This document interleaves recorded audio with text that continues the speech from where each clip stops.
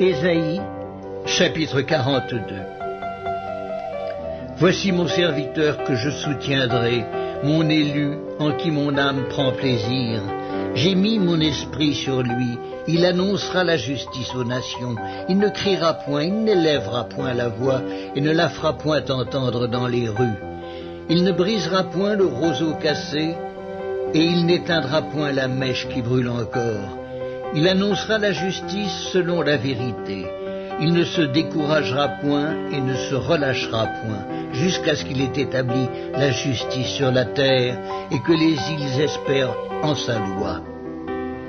Ainsi parle Dieu l'Éternel, qui a créé les cieux et qui les a déployés, qui a étendu la terre et ses productions, qui a donné la respiration à ceux qui la peuplent et le souffle à ceux qui y marchent.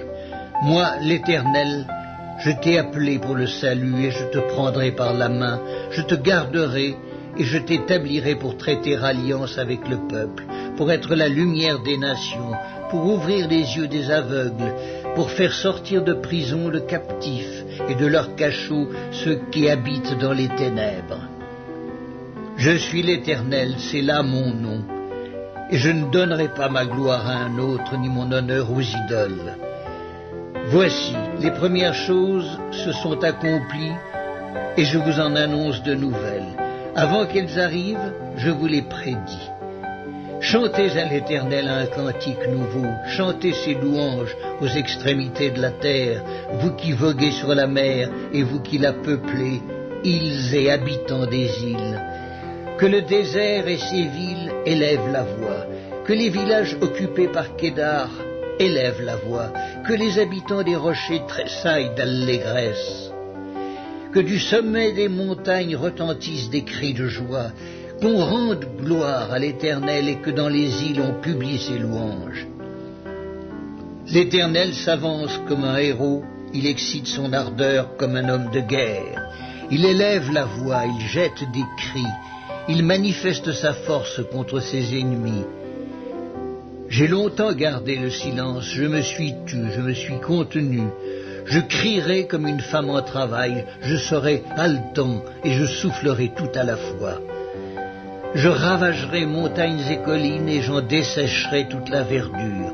Je changerai les fleuves en terre ferme et je mettrai les étangs à sec. Je ferai marcher les aveugles par un chemin qu'ils ne connaissent pas. Je les conduirai par des sentiers qu'ils ignorent. Je changerai devant eux les ténèbres en lumière et les endroits tortueux en plaine. Voilà ce que je ferai et je ne les abandonnerai point. Ils reculeront, ils seront confus, ceux qui se confient aux idoles taillées, ceux qui disent aux idoles de fonte, vous êtes nos dieux.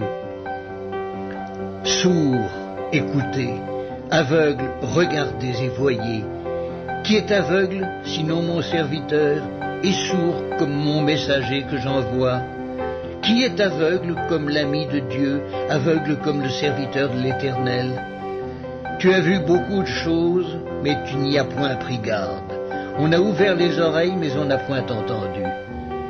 L'Éternel a voulu, pour le bonheur d'Israël, publier une loi grande et magnifique, et c'est un peuple pillé et dépouillé. On les a tous enchaînés dans des cavernes, plongés dans des cachots. Ils ont été mis au pillage et personne qui les délivre. Dépouillés et personne qui dise « restitue ». Qui parmi vous prêtera l'oreille à ces choses? Qui voudra s'y rendre attentif et écouter à l'avenir? Qui a livré Jacob au pillage et Israël au pillard? N'est-ce pas l'Éternel? Nous avons péché contre lui, ils n'ont point voulu marcher dans ses voies, et ils n'ont point écouté sa loi. Aussi a-t-il versé sur Israël l'ardeur de sa colère et la violence de la guerre. La guerre l'a embrasé de toutes parts, et il n'a point compris. Elle l'a consumé, et il n'y a point pris garde. Il n'y a point pris garde.